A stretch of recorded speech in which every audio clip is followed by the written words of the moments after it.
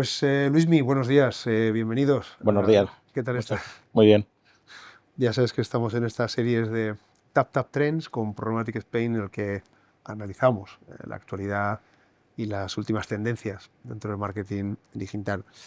Cosentino es una marca paraguas de varias marcas, que son Silestone, Dextor, Sensa y Scalea, ¿no?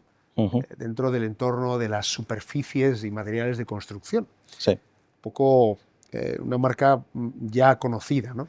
Tiene un paradigma que cuando estábamos preparando la entrevista me hablabas que es muy curioso, ¿no? Vosotros originalmente sois una marca B2B, porque vendíais a constructoras, a fábricas, pero habéis poco a poco derivado a una estrategia en dos líneas, B2B, B2C. Cuéntanos un poco detalles de esta estrategia. Sí, efectivamente hacemos la captación de leads B2B, porque nosotros vendemos a un público profesional, nuestros clientes son profesionales, y en un momento, hace unos años, empezamos a captar lead B2C como una forma de fidelizar a nuestros canales, sobre todo lo que son tiendas de cocina y baño. ¿Que venden productos de otros también? Efectivamente, venden productos de cualquiera.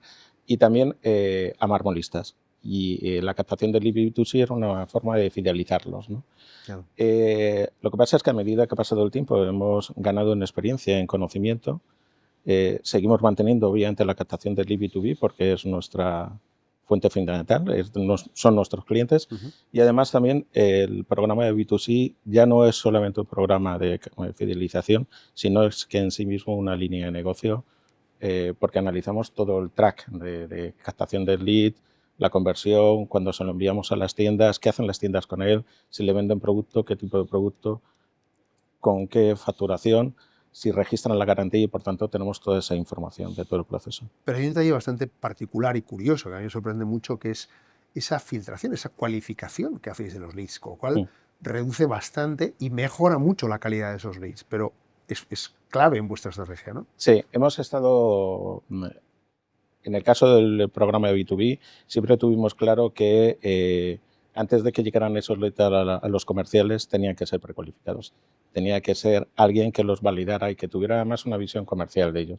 Por eso activamos el programa de SDRs, de los Sales Development Representatives, es decir, en el fondo son personas que no son un contact center como tal y tampoco son los vendedores, o si queréis son parte de nuestro equipo de ventas que precualifican esos leads. Por tanto, lo que hacen es llamar a ese lead cuando lo captamos y verifican efectivamente cuáles son sus necesidades, sus características, y en función de esa precualificación que hacen, algunos obviamente, algunos de esos leads son descartados y otros, sin embargo, son enviados al comercial más adecuado, Claro. E incluso con la definición ya del proyecto y, por tanto, también con una detección temprana de leads calientes porque tienen a lo mejor algún proyecto interesante a corto plazo y necesitan ser atendidos antes que otros, ¿no? Con lo cual hacen esa labor.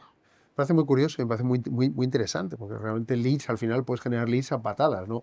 Tú conoces bien este mundo y realmente el lead cualificado tiene mucho valor. Esto, de hecho, limita el acceso a vuestro e-commerce. El hecho en sí de los leads, no. Lo que pasa es que efectivamente nosotros tenemos un e-commerce, es una de las digitalizaciones que hemos hecho dentro de la compañía y ahora mismo los marmolistas compran el material a través de este e-commerce, ¿no? Nos compran no solamente las tablas, sino muchas más referencias, pero fundamentalmente ahora tiendas de cocina también, pero sobre todo los marmolistas acceden a este e-commerce donde antes se llamaban por teléfono a los comerciales y ahora, sin embargo, acceden al e-commerce en cualquier hora del día, obviamente, como cualquier otro e-commerce, y compran todo ese material.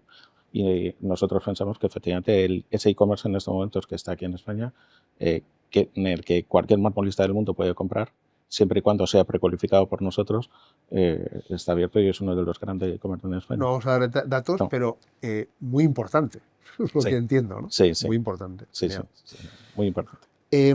Otro dato que tampoco la gente sabe es la importancia que tiene el mercado americano para vosotros a nivel de facturación. Creo que me has hablado de una cifra descomunal. Es el primer mercado. Más de la mitad de las ventas que nosotros tenemos, efectivamente, es el mercado americano, con lo cual, de ahí también su relevancia en las activaciones de campañas que tenemos, ¿no? De hecho, vosotros tuvisteis el hito histórico de ser el primer anunciante español en estar en la Super Bowl. En el 2005. 2005, efectivamente. 2020 años ya. Sí.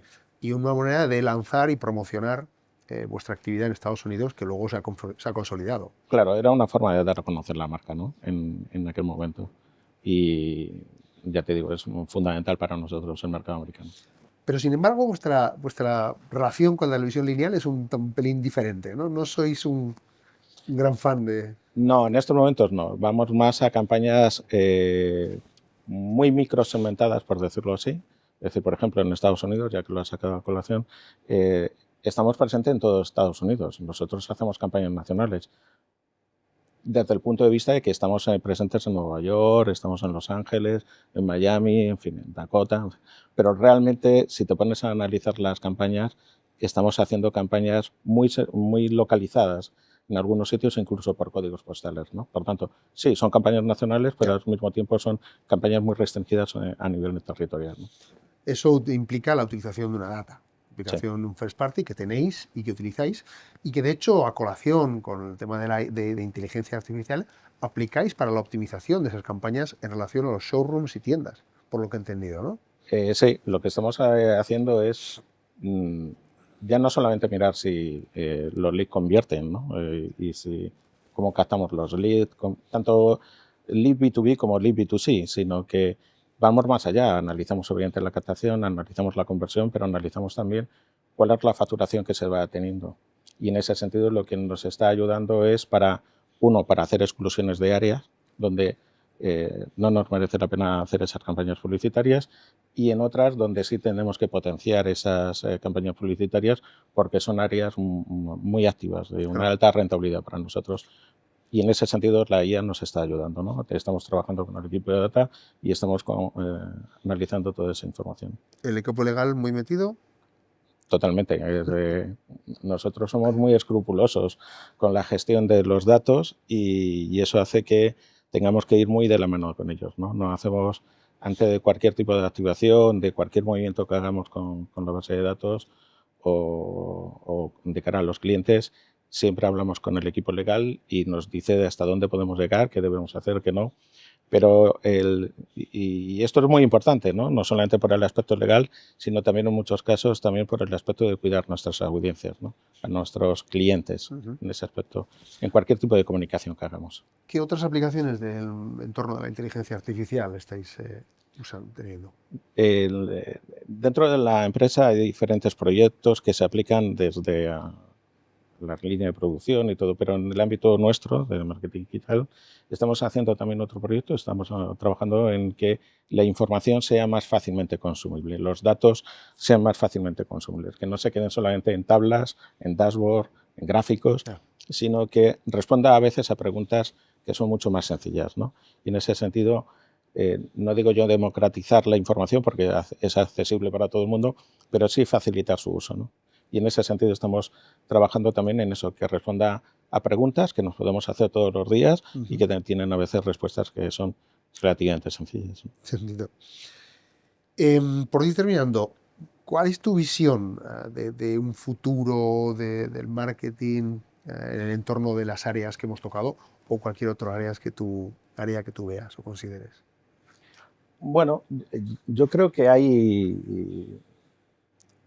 hay áreas todavía de avance, ¿no? A nivel de información, ¿no? Hablábamos antes de la microsegmentación, existen un montón de segmentaciones muy microsegmentadas, ¿no? Yo creo que en ese sentido, si hablamos a nivel de sector, sí tiene que haber cierto consenso, digamos, en cuanto a cómo se van a integrar todas esas fuentes, qué tipo de definiciones se van a utilizar de forma mayoritaria, porque antes mencionaba televisión, es cierto que nosotros no lo hacemos, pero se habla de GRP, se ha pasado a impresiones, es decir, estamos en unos modelos un poco mixtos, por decirlo así, ¿no? Tipos de visionados a 25, a 10 segundos, a 50%, en fin, cada uno está utilizando métricas muy dispares y en ese sentido se necesita cierta uniformidad, ¿no? Es cierto que para nosotros, para algunos tipos de campañas no nos afecta demasiado, pero para otro tipo de campañas sí es interesante ver cómo evoluciona el mercado, ¿no? Por el tema de la digitalización, en fin. Sí. Genial. Pues Luis, muchas gracias por tu tiempo y tus opiniones y comentarios. Muchas gracias. Gracias.